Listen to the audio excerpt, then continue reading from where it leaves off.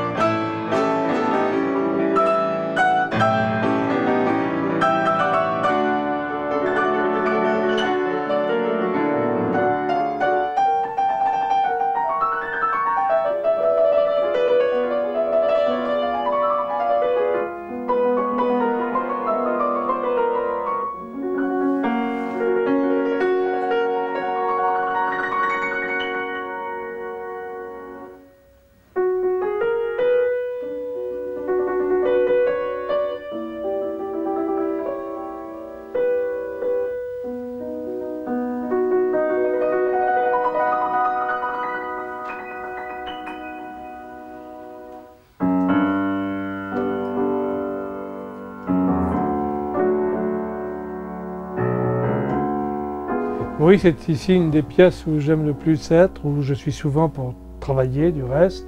Je suis entouré de tous mes livres préférés, tous ceux que j'ai amoureusement choisis pendant de longues années. J'ai des livres très très rares, comme par exemple cet ouvrage qui a été écrit par une élève de Liszt au sang chaud, qui est une cosaque qui s'appelait Olga Janina.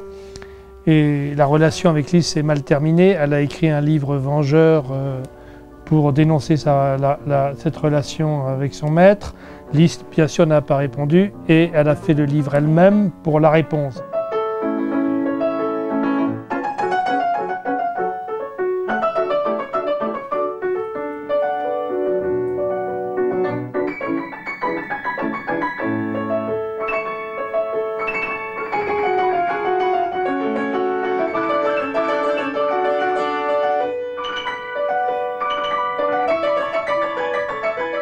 J'ai des partitions aussi auxquelles je tiens beaucoup. C'est la première édition des études de Chopin, donc du temps du vivant de Chopin, et on voit en titre études pour le piano dédié à son ami Franz Liszt par Frédéric Chopin. Ce sont des choses qui sont très très émouvantes.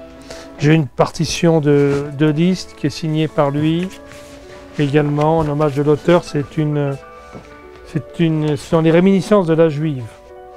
C'était déjà l'époque, c'était la grande époque, il faisait beaucoup de paraphrases de concerts et de réminiscences de la Juive. C'est un opéra très à la mode au XIXe siècle, d'Halévy.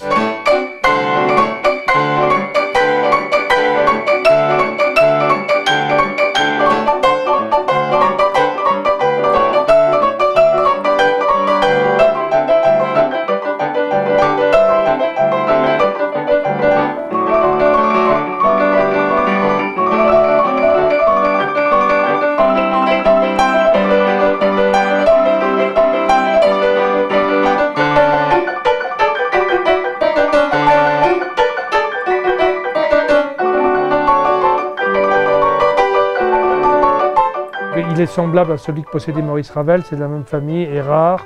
C'est un son qui vient du XIXe siècle un peu, puisque les pianos rares n'ont pas changé de variation, de sonorité.